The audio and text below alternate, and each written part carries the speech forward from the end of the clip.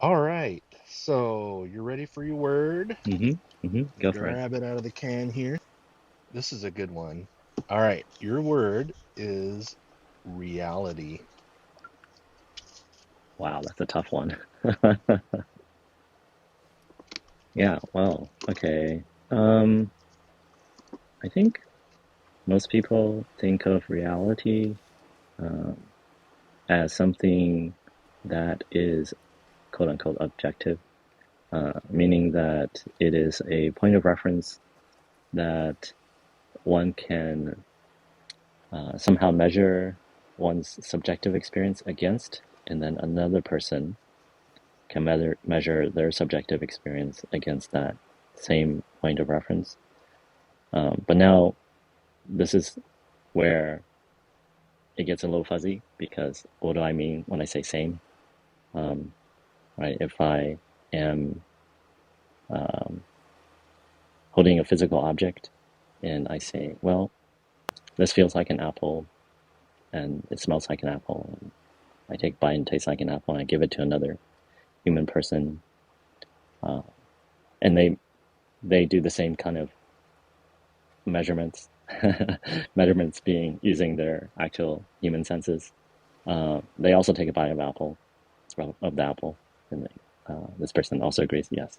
Now we both think we have a good understanding. Maybe there's some variations of like I don't like apples or you like apples, but we both agree that this common reality is that this is a thing called an apple, um, and so forth and so on for all the things that we can measure and touch and engage with uh, beyond what we might describe as ourselves. So, um, yeah, that's my first take on reality. What are you guys' thoughts? Do you think concepts exist in reality? Uh, like a mental concept, you mean? An idea? Yeah, because they can't be touched. But would you say they don't exist? Well, everything exists in reality. It's kind of funny. It's almost um, tautological because, by definition, I if it is a thing, um, then it exists. So maybe the concept is non-tangible, but it exists somewhere in my brain. Um, and there's fuzziness, some fuzziness in terms of where does a concept start and where does a concept end, right? But now we're getting a little philosophical, but my stake in the matter, my position in the matter is that everything gradually, um, there's a gradient. There are no hard lines in general. Yeah, reality is hard. It's that's one of the reasons why I chose that word to put in my can of words because it's so hard to define and uh like I say a lot, you ask 10 people what reality is and you'll get 11 answers. Um yeah, anybody else have anything to say about reality? Yeah, I'm glad it wasn't my word. We talked about perception and the resolution of human perception and how our world is modeled, how we start when we grow up, when we start to develop as children from infancy. We our brains are basically being programmed, and one thing that I think was important about what we were talking about was how the perception of reality of an artist will be different from a lawyer, someone who's, day and night learning about the legal system, or someone who's learning how to use color and shapes and composition. So if you give someone an image that they've never seen before, for a few seconds, you take it away. For a normal person, not someone who has one of these gifts of neurodivergent gifts, but for your average Joe, the resolution of the brain is so low that you're not gonna remember your resolution of the picture you have in your mind is tiny, and so a painter is probably gonna remember the different shades of color and how the objects are aligned, perhaps, and depending on what the experience of the artist is. And if you, I said, if you're an FBI agent trained type of guy, you'd look for details that will point out, the person in the house's behavior, or you'll notice little details that'll give you clues of certain things. So reality is incredibly subjective because of that, because it depends on what you're practicing in your life, what you're reinforcing, what your neuronal pathways are trained to do. That's where they're going to go. And that's why it's so hard to have these atheist-theist debates, right? Because a theist or a spiritual person has a brain that is molded to, like we said a little bit earlier, trusting. What did we say about evidence? About proof? What? Are you talking about proof being subjective? Proof, yeah, exactly. Yeah, it's emotional. Proof is emotional for someone who's deeply spiritual. It's like I felt it, I sensed it. It was, and whereas for a skeptic like me, proof is more. I'm gonna buy an iPhone at the Apple store because I've had all the, starting from an iPhone 3G, I've had almost every iPhone that came out, and they were very reliable, and and then I, like you said, Z, it is still emotional, because I don't think we can devoid ourselves from emotions. I think emotions are what make the human experience, and we had we were talking about this a few weeks ago with Steve, the philosophist, and some other people, and we want to, I think, as humans, we all want to believe that our path to proof, or to understanding reality, or to knowing reality is actually the best one, or it's more reliable, and it's just ego. It's just where we stand in life, where we are biased. We have through practicing different things, through listening to certain discourse, whatever training or whatever has been reinforced in our brains. I'd like to weigh in if I can. So I think it's interesting that the word reality, the etymology of it is from the Middle French réalité, which means property or possession. And I think that kind of gives us some insight as to at least what the founders of the word were trying to say with this, in that reality is your possession, it's your property. We use the same word for like real estate or realty. It's like very much tied up into possession, and we only like our first and only and best piece of property is what we consider to be real, and we can trade.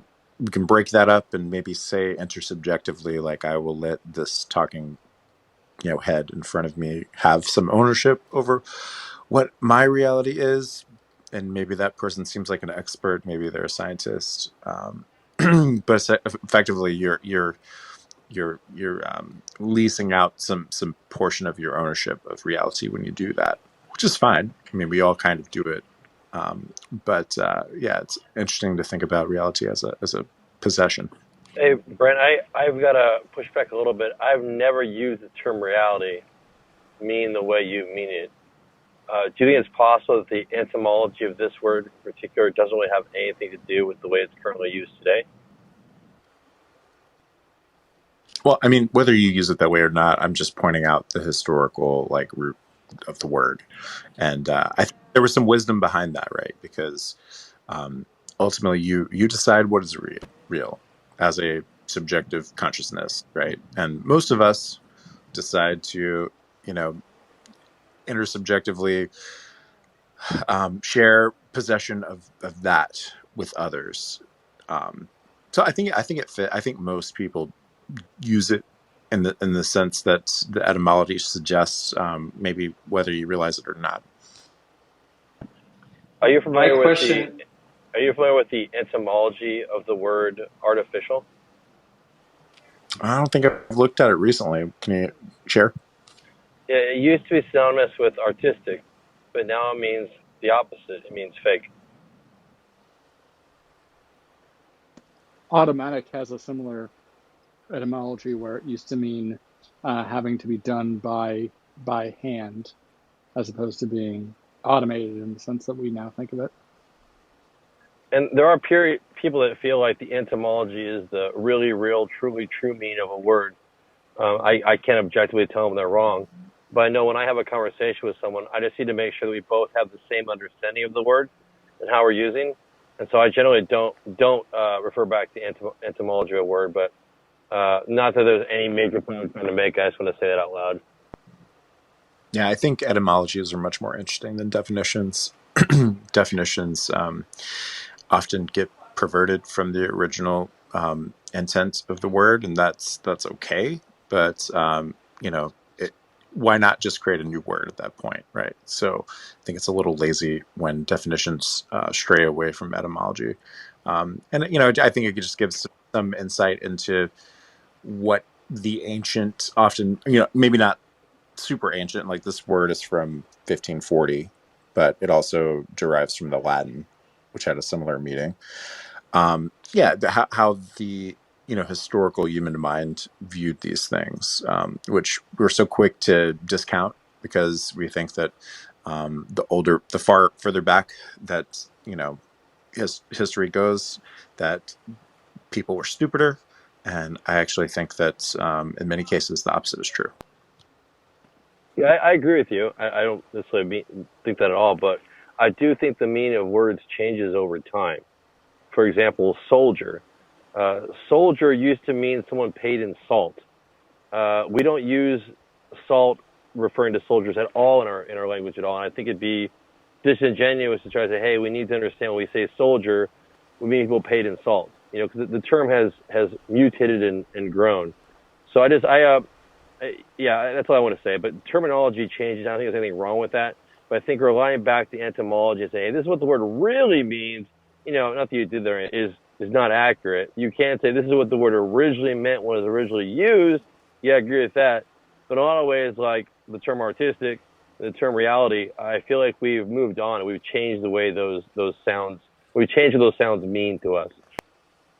Well, what the word really means is up to you, right? The consciousness owner, right? So, we can debate these things, but at the end of the day, like I decide what it means for me, and you decide what it means for you, and that's fine.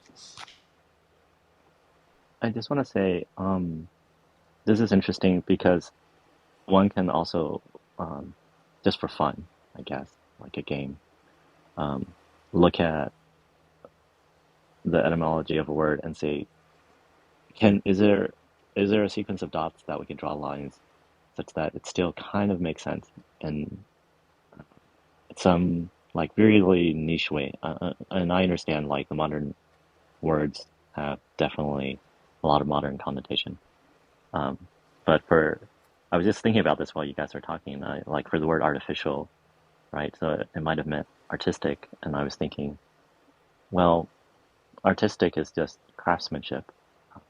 In many ways, it could be your craft, something that You do like a painting could be your craft, a sculpture could be your craft, but a machine that you produce could be your craft. And if your craft continues to produce other works that can be held in your hand and looked at, like you create a factory, and the factory creates a car, and the car is artificial.